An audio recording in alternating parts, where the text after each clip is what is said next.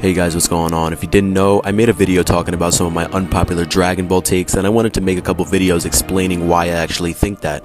The three unpopular anime takes that I'm talking about is GT slapping Super, Vegeta is stronger than Goku currently in the manga, and Broly is beating Jiren in a fight. Obviously this video is going to be dedicated to GT and why it's not even close. Alright, let's get into it. There's this thing that I need to go over that everybody seems to forget. GT Goku is actually movie Goku, and there's plenty of evidence to prove it.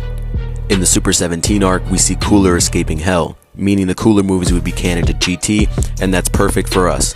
Another example of this would be Vegeta suggesting fusion, and the only time Vegeta has learned fusion actually on screen would be in the Fusion Reborn movie. Not only this, but Goku also uses the Dragon Fist against Ice.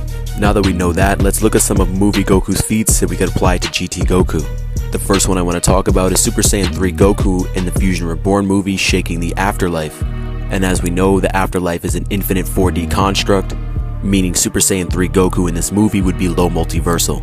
And in the beginning of the series in GT, Goku is already stronger than his old Super Saiyan 3, which would be this, meaning he would be low multi in base.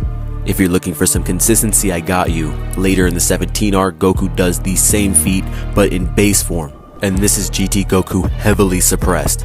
If you count for all of GT Goku's multipliers along with the decillions of times stronger that he gets throughout the series, don't believe me, go watch Kazi's video, I promise you, it's incredible. And before you say I didn't get any of this information myself, we literally worked on it together.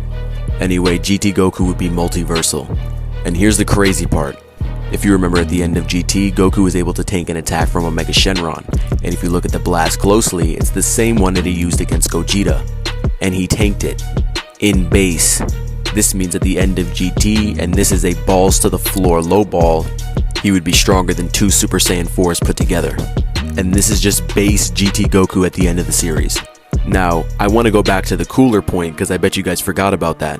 If you remember in the Cooler movie, Goku and Cooler were moving inside instant transmission, and guess what happened? Cooler was able to speed up, catch Goku in instant transmission, and throw him to the floor. Guess what that means? Your boy Cooler has inaccessible speed. And if you want some consistency with this, in the Baby arc, Kibito Kai was carrying Goku using instant transmission, and as the ki waves from Baby's death ball was hitting the floor, they sped up, hit Kibito in the back, and he dropped Goku into another dimension. And yes, this is inside instant transmission, meaning this would be inaccessible as well. Hopefully you guys are starting to understand how much of a monster GT Goku actually is and why I think he would actually solo Super. Literally nobody in the entire Dragon Ball Super verse is even close to his speed, and he's going to outmuscle everybody in the entire verse, including Zeno. Zeno can destroy 12 universes, GT Goku can destroy decillions. I'm done.